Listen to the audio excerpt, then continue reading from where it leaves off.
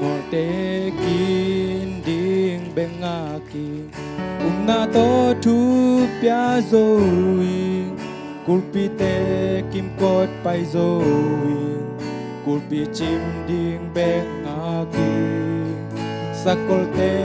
apai sa inom karvan te giging sa inom hi zong kwa zona to pa nang hang be khi na kha tha be to kama ka tun zo di na kha tha be to kwa zona ka mu ka kap tam man hi lo ka van hau man hi lo na kha tha be to cha ka tung zo hi ngon te kin ding be a ki na to thu pya zo ku pi te kim kot pai zo ku pi chim ding be a ki sakol te apai sai no karvan te ki ging sai no zong qua zona to pa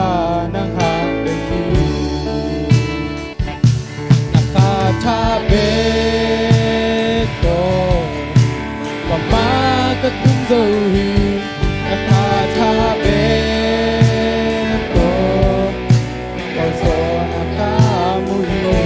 ka ka tam ma ni lo ka van hau ma ni lo na kha tha be to cha ka tung zo hi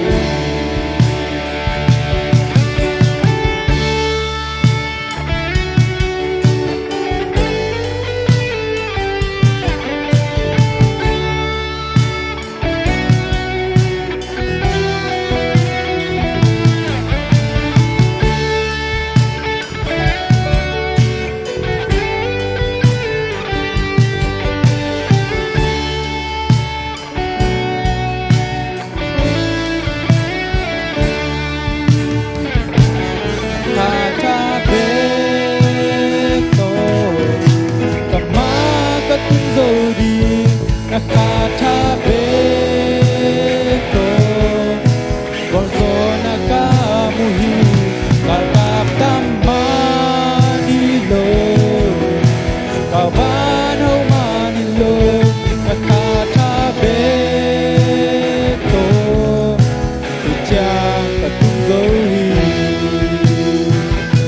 na kha tha be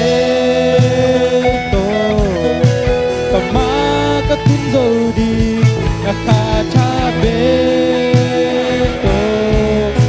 por zo na ka mu hi ka ka tam ma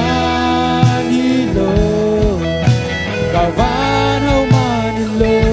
na kha tha be to cha ka tun zo di azang ai me wa kip to pan thu bang piak sakta hai